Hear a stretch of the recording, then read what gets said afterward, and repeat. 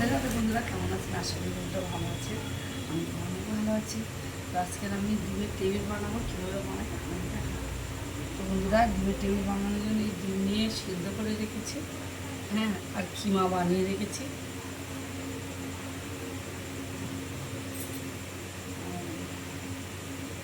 আলু পুর করে গড়ে রেখেছি। দেখুন,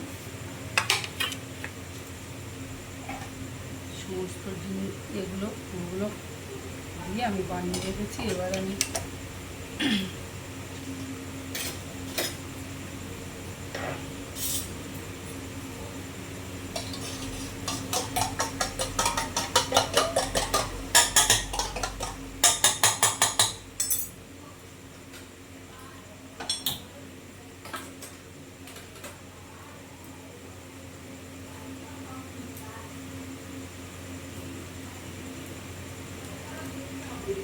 এই ডিমের ব্যাটারে আমি আলুটাকে চুপিয়ে নিলাম, নিয়ে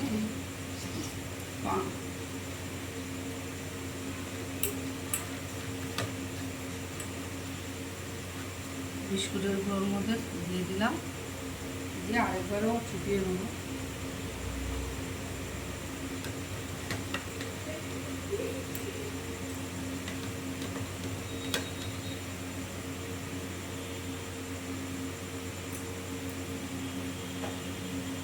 এইভাবে আমি সমস্ত ডিমের চপগুলো ভরে দেবো বন্ধুরা।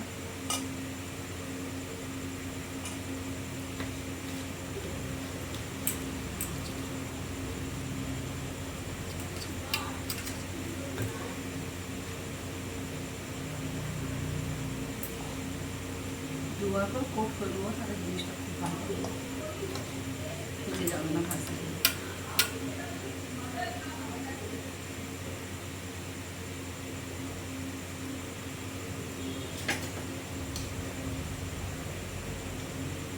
খুব সাবধানে ভাজতে হবে।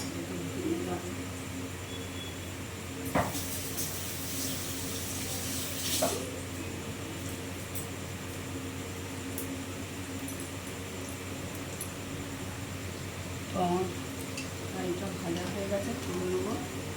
ডিমের টেবিলটা খুব সুন্দর গোল্ডেন কালার করে ভেজে দিচ্ছি, দেখো বন্ধুরা। একে একে আমি সমস্ত ডিমের টেবিলগুলো ভেজে নেব।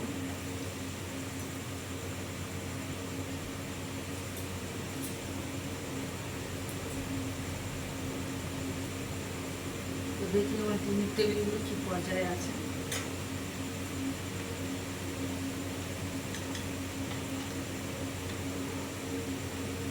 বন্ধুরা, প্রায় ভাজা হয়ে গেছে।